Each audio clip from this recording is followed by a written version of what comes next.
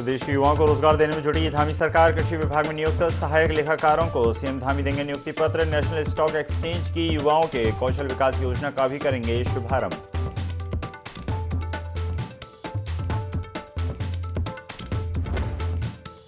लोकसभा चुनाव की तैयारियों में जुटी बीजेपी। 26 फरवरी को प्रदेश पार्लियामेंट्री बोर्ड की होगी बैठक। 5 लोकसभा सीटों पर प्रत्याशियों के नामों का बनाया जाएगा पैनल।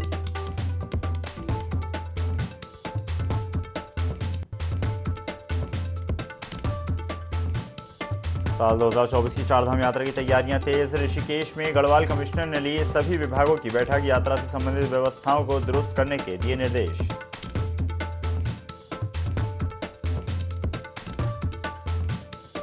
हल्द्वानी के बनभूलपुरा में जुमे की नमाज के चलते अलर्ट। पुलिस पैरामिलिट्री का कड़ा पहरा। कड़े पहरे में होगी आज जुमे की नमाज।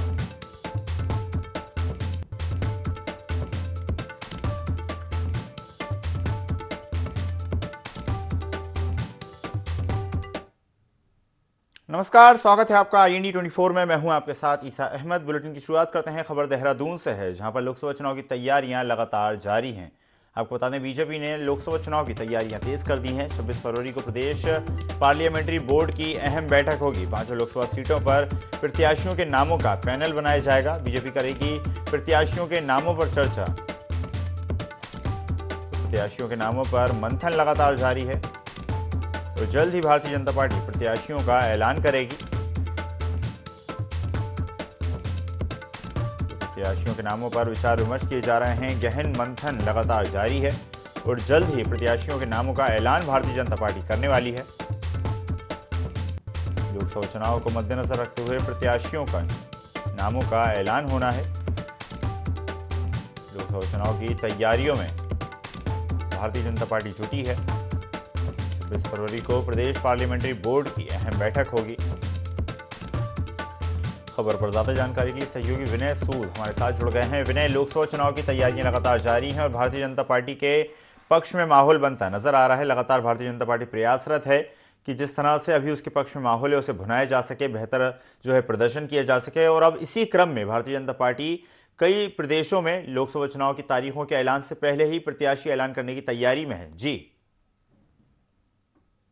बिल्कुल, इसे देखिए, आपको बता दें कि लोकसभा चुनाव को लेकर भाजपा की जो तैयारी है वो लगातार जारी है और जिस तरह से जो लोकसभा के चुनाव होने जा रहे हैं उसके लिए अब समय भी बहुत कम रह गया है। तो ऐसे में देखा जा सकता है कि अब प्रदेश पार्लियामेंट की जो बोर्ड बैठक होनी है उस पर जल्द ही जो प्रत्याशी है उनके नामों पर मंथन किया जाएगा। और साथ ही साथ आपको ये भी बता दें कि जिस तरह से लोकसभा के चुनाव होंगे उसके लिए तमाम जो रणनीति है वो भाजपा की तैयारी हो चुकी है। और अभी बीते दिन जिस तरह से 5 मोर्चों पर बैठक भाजपा ने की है, इसमें गांव चलो अभियान की अगर बात करें, गांव चलो अभियान जो है इस दौरान यहाँ पर बीजेपी का रहा है। रात्रि प्रवाल भी सीएम धामी का और महेंद्र भट्ट जी जो कि प्रदेश अध्यक्ष भाजपा के हैं उनका रहा है। ऐसे में जो है उन्होंने फीडबैक भी लिया है कि किस तरीके से जो है कार्य उनके क्षेत्र में किए जा रहे हैं, क्या कुछ जो है उनको फायदा योजनाओं का मिल पा रहा है या नहीं मिल पा रहा है। तो तमाम ऐसे प्रयास हैं जो यहाँ पर भाजपा गांव चलो अभियान के तहत उन्होंने किए हैं। वहीं अब लाभार्थी अभियान की भी अगर बात करें तो लाभार्थी अभियान भी इस दौरान जो है भाजपा का तैयार हो चुका है और जल्दी ही इसी की भी शुरुआत उत्तराखंड में कर दी जाएगी। जी बिल्कुल विनय, जिस तरह से आपने बताया कि लगातार लोकसभा चुनाव की तैयारियां लगातार जारी हैं और इस बार जिस तरह का माहौल भारतीय जनता पार्टी लगातार बनाती नजर आ रही है, जिस तरह से लगातार चर्चाएं हैं कि इस बार भारतीय जनता पार्टी युवा चेहरों पर दाव लगा सकती है। जैसे कि हम जानते हैं उत्तराखंड राज्य में भी युवा चेहरे पर दाव लगाया गया। युवा व्यक्ति को लोकसभा और राज्यसभा में जिस तरह से स्थान दिया जाता है उसी तरह से मुख्यमंत्री भी एक युवा विधायक को बनाया गया। उसी तरह से अब लोकसभा में भी युवाओं को मौका दे सकती है भारतीय जनता पार्टी।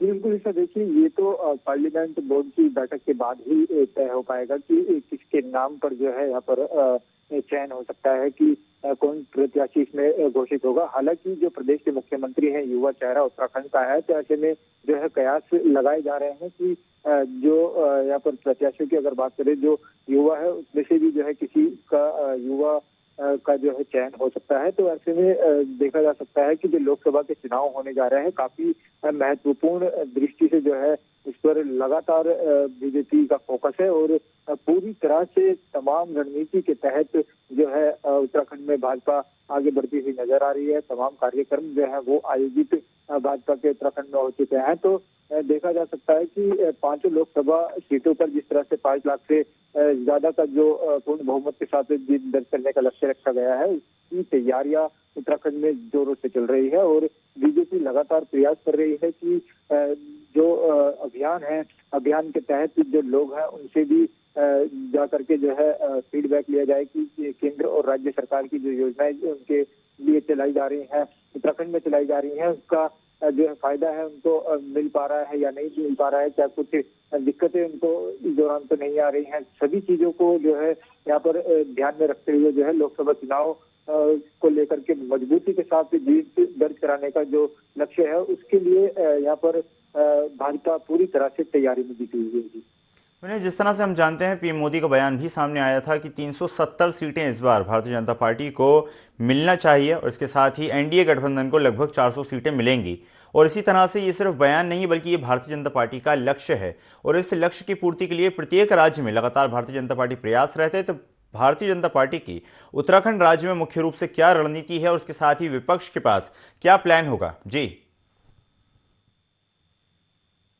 बिल्कुल, देखिए जिस तरह से प्रधानमंत्री नरेंद्र मोदी ने भी जो है यहाँ पर अपने बयान लगाया है कि 370 जो लोकसभा सीटें हैं उनको लेकर के जो है उत्तराखंड में भी जो है पूरा जीत का जो परचम है वो यहाँ पर लहराया जाए और पूर्ण बहुमत के साथ जो है लोकसभा का जो चुनाव है उसको जीतना है। तो ऐसे में देखा जा सकता है कि अब जो रणनीति की अगर बात करें तो भाजपा की जो रणनीति है पूरी तैयारी के साथ जो है इस दौरान जुटी हुई है और तमाम जो बैठकें हैं, बैठकों का दौर वो उत्तराखंड में चल रहा है। तमाम जो इस दौरान केंद्रीय मंत्री हैं, केंद्रीय मंत्री भी इस दौरान उत्तराखंड में आवागमन करेंगे। तो देखा जा सकता है कि हर तरह से पूर्ण जो प्रयास है भाजपा का वो यही है कि जो लोकसभा का चुनाव होने वाला है उसमें किस तरीके से जो है जनता के बीच में जाएं और क्या कुछ रणनीति के तहत जो है जनता से संवाद करें या फिर जो योजनाएं, तमाम जो योजनाएं उत्तराखंड में चल रही हैं उनका जो फीडबैक है इस दौरान लिया जाए। तो देखा जा सकता है कि हर तरह से जो भाजपा है यहाँ पर लोकसभा चुनाव को लेकर तैयारियों में जुटी हुई है।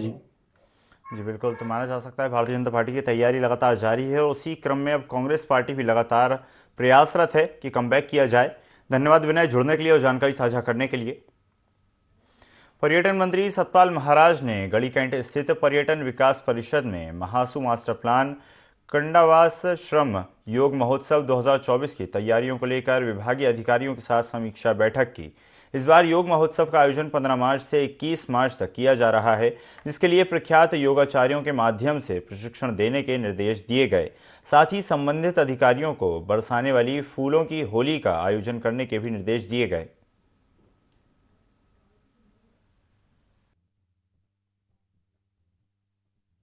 और इसमें 15 से 21 को हम योग महोत्सव मना रहे हैं।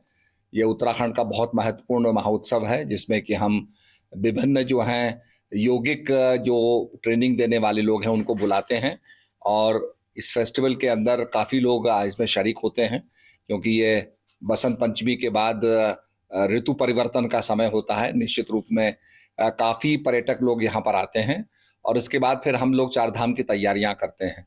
तो योग उत्सव के अंदर जो योग के प्रति रुचि रखते हैं और निश्चित रूप में चाहते हैं कि योग को सीखें, वो देश विदेशों से यहाँ पर एकत्रित होते हैं। लोकसभा चुनाव के लिए भारतीय जनता पार्टी जल्द ही प्रत्याशियों का ऐलान करने जा रही है। प्रत्याशी चयन के लिए पार्टी ने 26 फरवरी को स्टेट पार्लियामेंट्री बोर्ड की बैठक बुलाई है। पार्टी के प्रदेश अध्यक्ष महेंद्र भट्ट ने बताया कि 26 फरवरी को स्टेट पार्लियामेंट्री बोर्ड की बैठक होगी, जिसमें उत्तराखंड की 5 लोकसभा सीटों पर प्रत्याशियों के नामों पर विचार के बाद पैनल तैयार किया जाएगा। प्रत्याशियों के नाम पर अंतिम मोहर केंद्रीय पार्लियामेंट्री बोर्ड लगाएगा।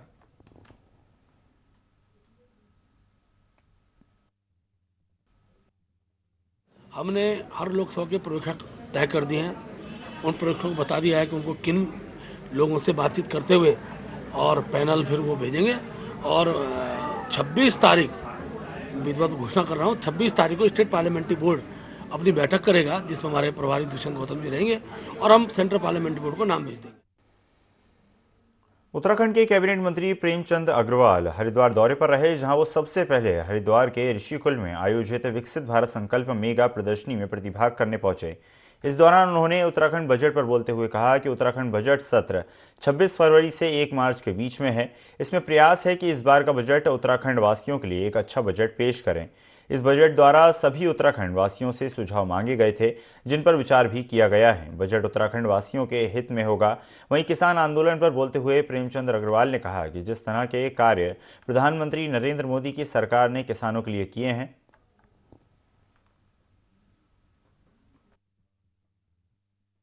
देखिए, आप जानते हैं कि बजट सत्र 26 फरवरी से 1 मार्च के बीच में सत्र प्रारंभ हो रहा है देहरादून में। और कल कैबिनेट की बैठक में तय हुआ है कि हम लोग पूरे उत्तराखंड वासियों के लिए एक अच्छा बजट दें, क्योंकि आप जानते हैं हमने लगातार संवाद भी किए हैं, स्टेक होल्डर से बातचीत भी की है। बहुत से लोगों के सुझाव हमें प्राप्त भी हुए हैं ईमेल और दूसरे माध्यमों से।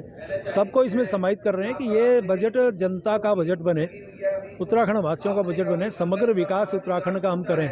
और आप जानते हैं कि माननीय मुख्यमंत्री जी ने भी कहा कि जब ये 25 वर्ष का उत्तराखंड होगा तो श्रेष्ठ राज्यों में इसकी गणना हो, उसमें शुमार हो, उस दिशा में हम लोग ये बजट ला रहे हैं। सरकार द्वारा गैरसैंण में बजट सत्र न लगाए जाने को लेकर कांग्रेस गैरसैंण में प्रतीकात्मक सत्र करेगी। वहीं इस पर पलटवार करते हुए भाजपा प्रदेश अध्यक्ष महेंद्र भट्ट ने कहा कि सबसे पहले तो कांग्रेस को अपने विधायकों से ही पूछना चाहिए कि कांग्रेस के विधायकों ने संसदीय कार्य मंत्री को पत्र लिखकर देहरादून में सत्र कराने की बात क्यों की।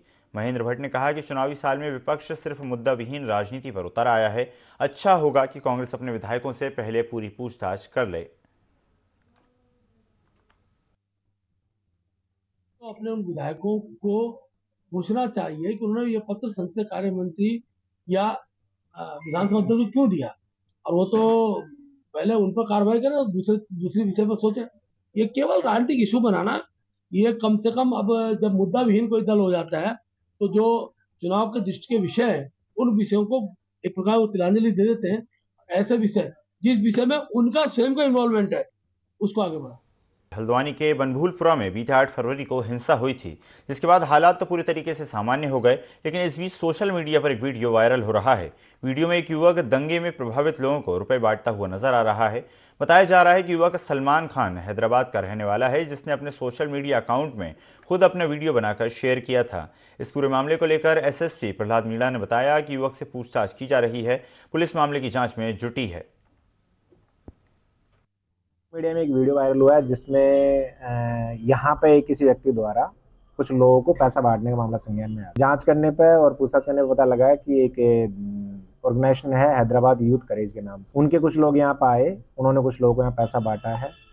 तो ये जो एनजीओ, इसका जो पैसा कहाँ से आया है, किसने इनको पैसा दिया है, कितना पैसा इन्होंने बांटा है, और बाकी जो चीज़ें हैं उनकी डिटेल हमने ली है और उसमें जाँच कर रहे हैं। इसमें जैसे भी तथ्य आएंगे उसके हिसाब से हम और बाकी अन्य विभाग भी इस मामले में। चमोली में मुख्य विकास अधिकारी अभिनव शाह की अध्यक्षता में एक बैठक का आयोजन किया गया, जिसमें निर्वाचन आयोग ने जानकारी दी और कहा कि कोई भी इलेक्ट्रॉनिक या प्रिंट मीडिया निर्वाचन के दौरान पेड न्यूज़ या फेक न्यूज़ के प्रकाशन और प्रसारण से बचे। वहीं कहा कि पेड न्यूज़ की जांच व इस पर निर्णय के लिए जिला स्तर पर एमसीएमसी एवं राज्य स्तर पर एमसीएमसी का गठन किया गया है। साथ ही कहा कि राज्य स्तरीय कमेटी के निर्णय पर भारत निर्वाचन आयोग से निर्णय के विरुद्ध अपील की जा सकती है। भारत निर्वाचन आयोग का निर्णय अंतिम होगा। ये जो है आज जो है राजनीतिक दलों के प्रतिनिधियों के साथ जो है बैठक की गई है, इसमें कि जो आगामी लोकसभा निर्वाचन 24 के लिए सामग्री यूज करेंगे और मटेरियल यूज करेंगे, उसके रेट संबंध में उनसे वार्ता की गई है, जिस दिखे बताया गया है कि रेट क्या रहेगा और उनसे डिस्कशन किया गया है, उसी में चर्चा। डोईवाला के फतेहपुर क्षेत्र में चल रहे स्टोन क्रैशरों पर खनन सामग्री लेकर जा रहे ट्रकों को ग्रामीण ने रुकवा दिया। ग्रामीणों का आरोप है कि गाड़ियों की लगातार आवाजाही से सड़क क्षतिग्रस्त हो गई है। सड़क में गड्ढे बन गए हैं। साथ ही गाड़ियों के टायरों से उड़ने वाली धूल खेतों में खड़ी फसलों को तो नुकसान पहुंचा ही रही है, लोगों के घरों तक भी पहुंच रही है। गाड़ियों की आवाज़ से ध्वनि प्रदूषण होता है, जिसका क्षेत्रीय ग्राम प्रधान व ग्रामवासियों द्वारा पूर्व में भी विरोध किया जा चुका है। बावजूद उसके स्थिति जस की तस बनी हुई है। आज ग्रामीणों ने विरोध करते हुए खनन सामग्री ले जाने वाले सभी ट्रकों का रास्ता बंद करके रुकवा दिया।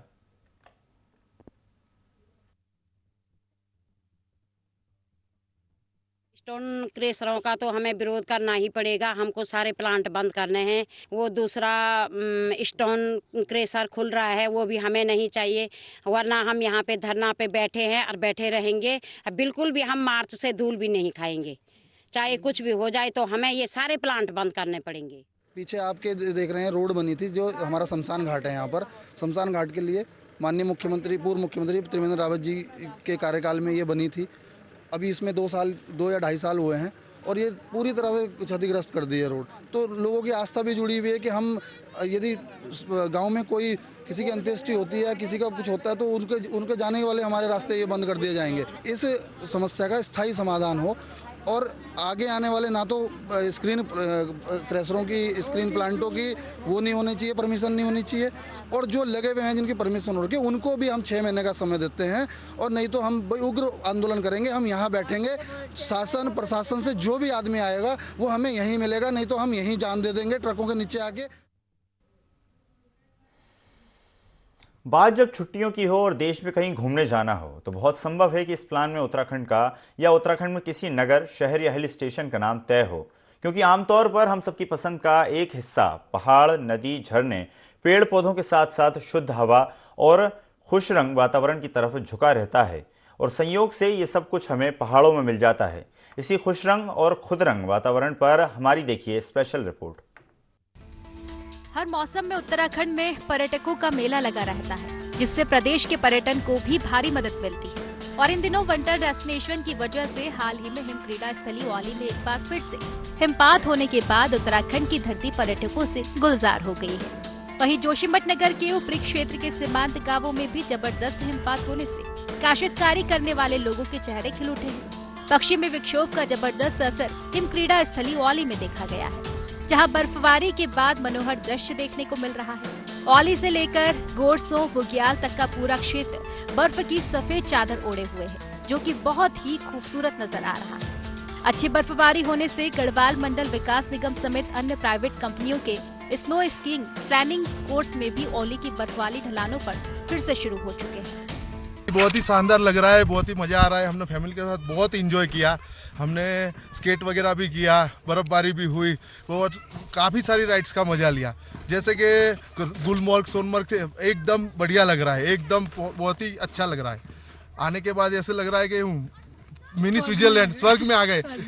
आनंद तो बहुत ले रहे हैं, सब खेल रहे हैं, स्लाइडिंग कर रहे हैं, बच्चों के साथ एंजॉय कर रहे हैं, मैगी खा रहे हैं हम लोग यहाँ पे। सबसे बढ़िया तो यही है कि मैगी का मजा लो, जहाँ पे भी आ रहे हो आप मैगी खाओ। आप कहीं बाहर मत जाओ, न्यूजीलैंड कहीं जाने की कोई जरूरत नहीं है। आप ओली में आए, आपको नेक्स्ट यही इंडिया का न्यूजीलैंड यही दिख जाएगा। आपको कहीं जाने की जरूरत भी नहीं है, ना ही कश्मीर जाओ, कहीं मत जाओ, ओली आओ और एंजॉय करो और मैगी खाओ। छुट्टियों के लिए पहली पसंद ठंड, जाना चाहते हैं वेकेशन तो चुनो हिल स्टेशन। पर्यटक प्रदेश और पर्यटन के लिए लाभकारी, खुश रंग और खुद रंग है पहाड़ों का वातावरण। बर्फ की सफेद चादरों से ढके पहाड़, पहाड़ों के बाजार पर्यटकों से गुलजार, पहाड़ी संगीत और गीतों पर मिलाई ताल से ताल, प्राकृतिक सुंदरता और प्रकृति का अद्भुत लुत्फ। यूरोपीय देशों से कम नहीं पहाड़ों की वादियाँ, बर्फबारी से काश्तकारों के चेहरे खिले।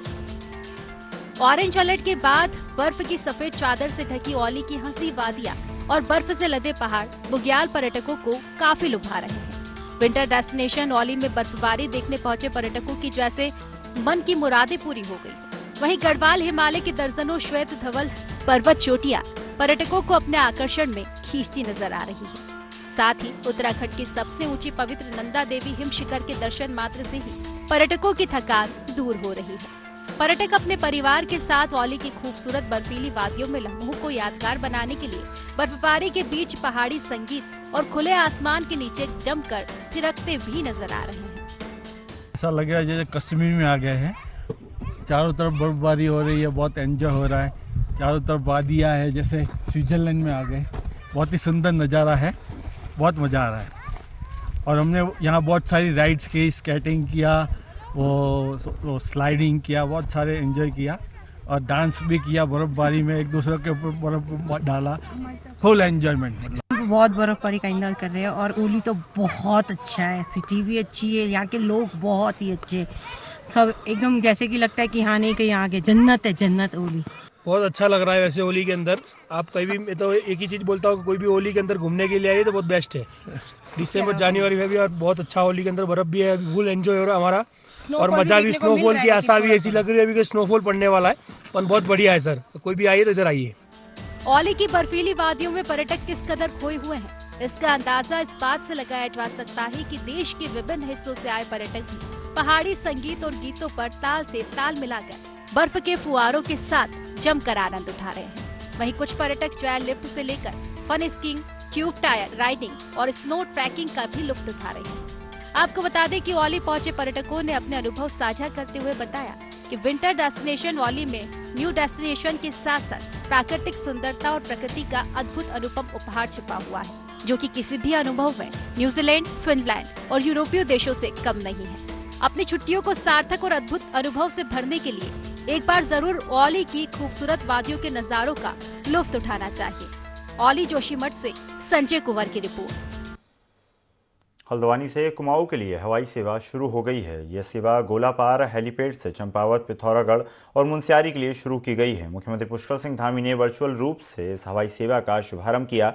इस दौरान लालकुआ विधायक मोहन बिष्ट सहित कई प्रतिनिधि और अधिकारी मौजूद रहे। हवाई सेवा संचालन करने वाली हेरिटेज एविएशन कंपनी के मुताबिक 7 सीटर हेलीकॉप्टर प्रतिदिन 2 उड़ानें हल्द्वानी से शुरू करेगा, जिसमें हल्द्वानी से चंपावत का किराया 2500 रुपये, हल्द्वानी से पिथौरागढ़ का 3000 रुपये और हल्द्वानी से मुनस्यारी का किराया 3500 रुपये होगा। तो वहीं हेली सेवा शुरू होने से पर्यटन को भी बढ़ावा मिलेगा। पर्यटकों के लिए बहुत अच्छी सुविधा है, सरलता और सुगमता है। जहाँ 10 घंटे का रन होता था टैक्सी के द्वारा और काफ़ी उबड़ खाबड़ रोड होती है वहाँ पे, इससे हेली से हम लोग 1 घंटे में पहुँच जाएंगे और प्राकृतिक दृष्टिकोण से बहुत अच्छा लगेगा। वहाँ पे सुरम्य क्षेत्र है, सारा संसार एक मुनस्यार कहलाता है और मिनी कश्मीर भी कहलाता है पिथौरागढ़ को। तो पिथौरागढ़ के सीमांत जनपद के जो ये हेली सेवा शुरू की है, मैं सरकार को बहुत बहुत शुभकामनाएं देता हूँ और बधाई देता हूँ। देखिए, हेरिटेज एविएशन द्वारा अभी हल्द्वानी से मुनस्यारी, पिथौरागढ़ और चंपावत के लिए जो ये हेली सेवा शुरू की गई है, इससे न केवल पर्यटन को बढ़ावा मिलेगा, यहाँ की जो हमारे पहाड़ी जिलों की आर्थिकी है उनमें सुधार होगा, रोजगार के अवसर बढ़ेंगे। ये हवाई सेवा नहीं है, ये तो जीवनदायन, ये जीवन देने वाली सेवा है। ये लोगों को जीवन देगी, नया जीवन देगी और कई लोगों का जीवन इससे बचे। हल्द्वानी में 8 फरवरी को बनभूलपुरा में हुई हिंसा के मास्टरमाइंड अब्दुल मलिक की तलाश लगातार जारी है। आपको बता दें कि अब्दुल मलिक पर एक और मुकदमा दर्ज हो गया है। सरकार की 13 बीघा से अधिक जमीन को हड़पने और षड्यंत्र रचने का ये मुकदमा है। इस मामले में साल 1988 में मृत व्यक्ति को जिंदा दिखाया गया और उसके नाम से एफिडेविट भी बनवाया गया। मामले को लेकर नगर आयुक्त पंकज उपाध्याय ने बताया कि अभिलेखों की जांच में कई नए तथ्य प्रकाश में आए हैं, जिसके आधार पर अब्दुल मलिक के खिलाफ मुकदमा दर्ज किया गया है। बनभूलपुरा की भूमि है जिसे अब्दुल मलिक का मलिक के बगीचा नाम से जाना जाता है, कंपनी बाग से नाम जाना जाता है। उसमें 13 बीघा 3 बिस्वा की ज़मीन मूलतः लीज में दी गई थी। बाद में वो लीज खत्म हुई, उसमें बेदखली की कार्रवाइयाँ हुई और अभी एक रिट दायर हो गई थी माननीय उच्च न्यायालय में, उसका हम काउंटर बना रहे थे। उस दौरान तथ्य प्रकाश में आया। इस प्रकार से मैंने देखा कि केवल मौखिक आधारों पर सरकारी ज़मीनों पर लोग अपने स्वामित्व का दावा कर रहे हैं, बेच रहे हैं, निर्माण कर रहे हैं, खुर्द कर रहे हैं।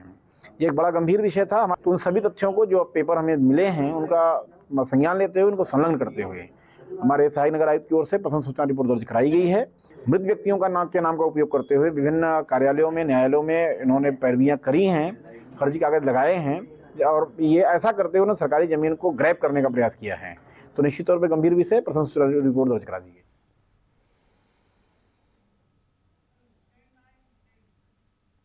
देहरादून से राम भक्तों को लेकर स्पेशल ट्रेन अयोध्या के लिए रवाना हुई, जिसमें पूर्व सीएम त्रिवेंद्र सिंह रावत और सांसद माला राजलक्ष्मी शाह ने हरी झंडी दिखाई। ये ट्रेन रात 2:55 पर अयोध्या पहुंचेगी। इस स्पेशल ट्रेन में 1064 श्रद्धालु अयोध्या के लिए रवाना हुए। इस मौके पर पूर्व मुख्यमंत्री त्रिवेंद्र सिंह रावत ने कहा कि राम मंदिर का सपना सक्षम नेतृत्व के कारण ही पूरा हुआ है।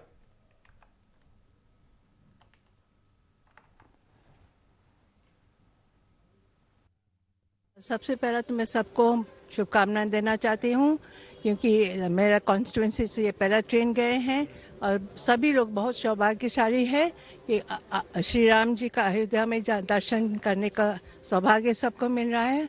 मैं आदरणीय मोदी जी को धन्यवाद देना चाहती हूँ जिन्होंने इस मंदिर का आज इतने साल बाद ये बना कंप्लीट हुआ और हम सभी का सौभाग्य हो रहा है। हम राम जी का दर्शन करने के लिए हम लोग सब जाएंगे आगे और पूरा देश ही नहीं पूरा दुनिया में इस बात का चर्चा हो रहे हैं कि राम जी का इतना भव्य मंदिर जो खुला है, सभी देश हमारे देश ही नहीं पूरा दुनिया से लोग आकर देखेंगे और सभी आदरणीय मोदी जी को हम लोग सब मिलकर धन्यवाद देंगे। इस बुलेटिन में फिलहाल इतना ही। खबरों का सिलसिला लगातार जारी है। बने रहिए IND 24 के साथ। नमस्कार।